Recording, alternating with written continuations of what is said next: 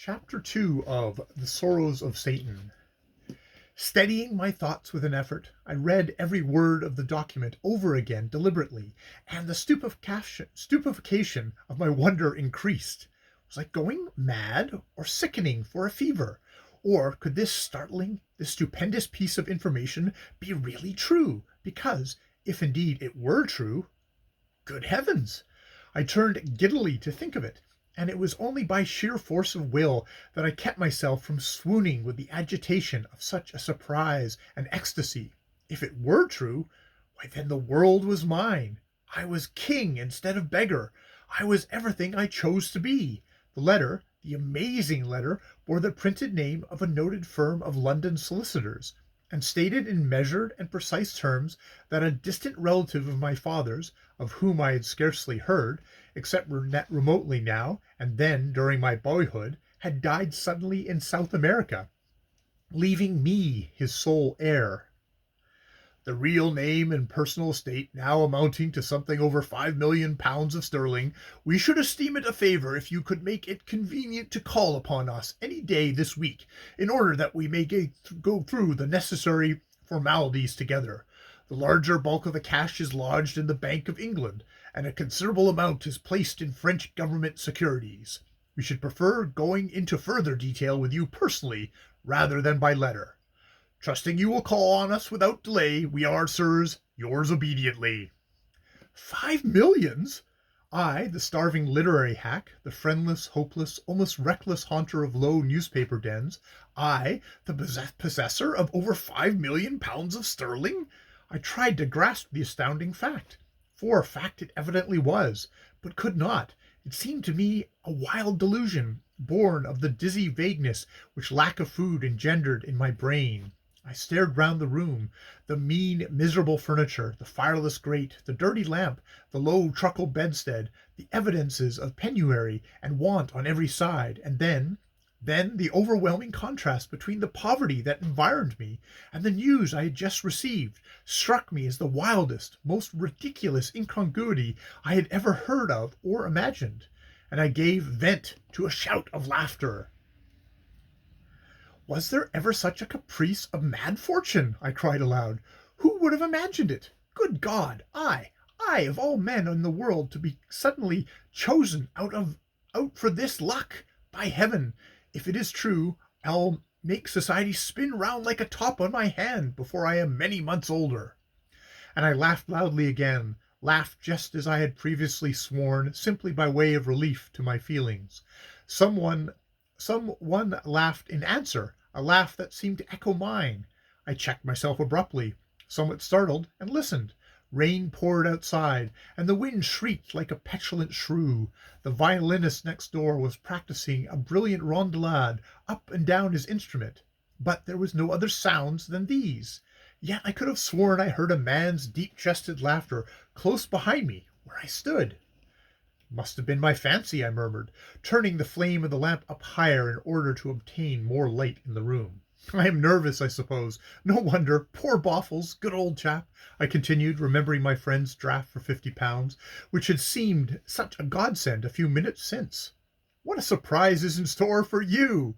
You shall have your loan back as promptly as you sent it, with an extra 50 added by way of interest for your generosity.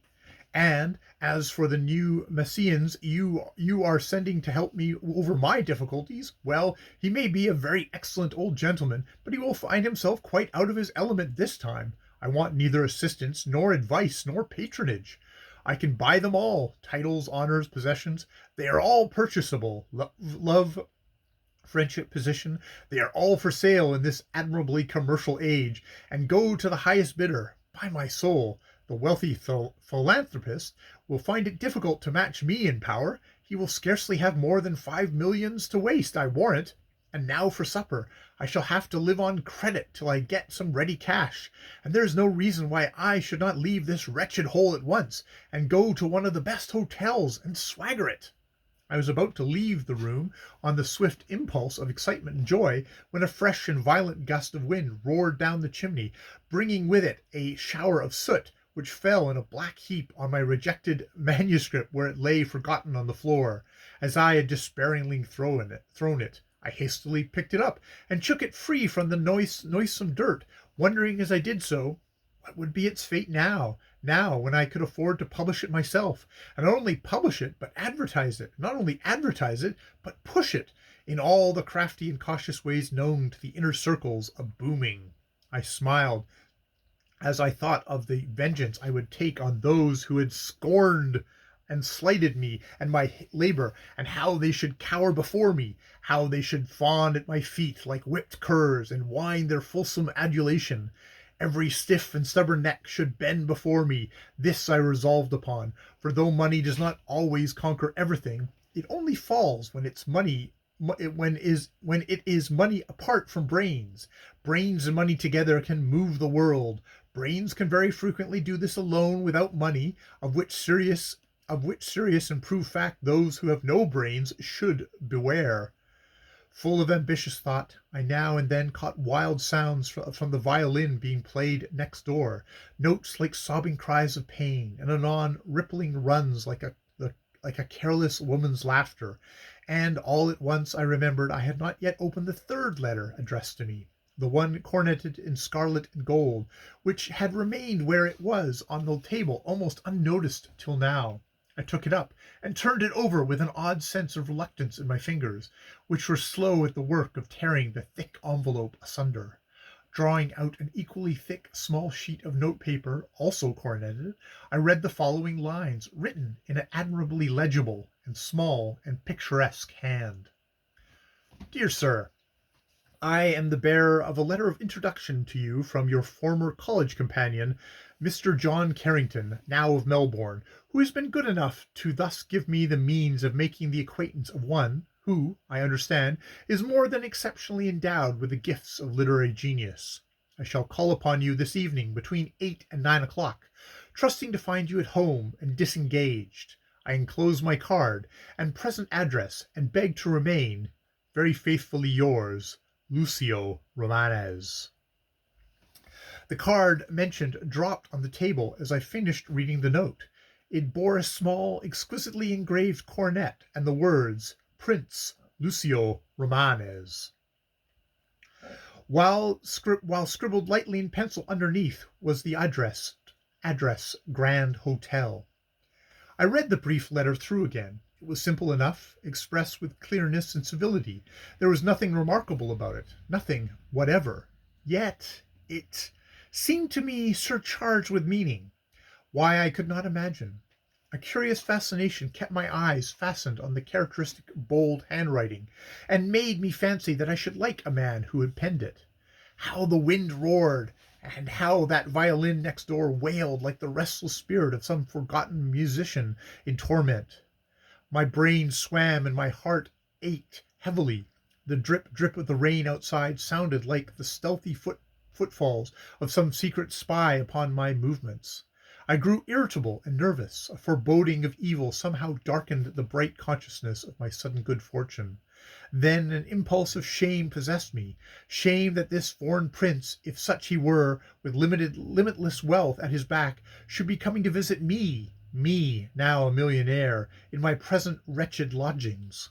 Already, before I had touched my riches, I was tainted by the miserable vulgarity of seeking to pretend I had never really been poor, but only embarrassed by a little temporary difficulty.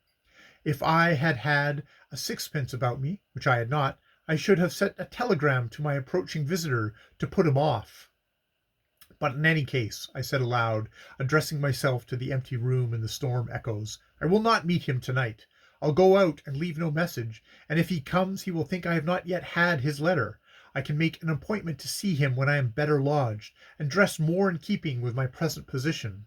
In the meantime, nothing is easier than to keep out of this would-be benefactor's way. As I spoke, the flickering lamps gave a dismal crackle and went out, leaving me in pitch darkness. With an exclamation more strong than reverent, I groped about the room for matches, or failing them, for my hat and coat, and I was still engaged in a fruitless and annoying search when I caught a sound of galloping horses' hoofs coming to an abrupt stop in the street below. Surrounded by black gloom, I paused and listened. There was a slight commotion in the basement. I heard my landlady's accents attuned to nervous civility mingled with the mellow tones of a deep, masculine voice. Then steps, firm and even, ascended the stairs to my landing. "The devil is in it," I muttered vexedly. "Just like my wayward luck. Here comes the very man I meant to avoid." End of chapter 2 of The Sorrows of Satan.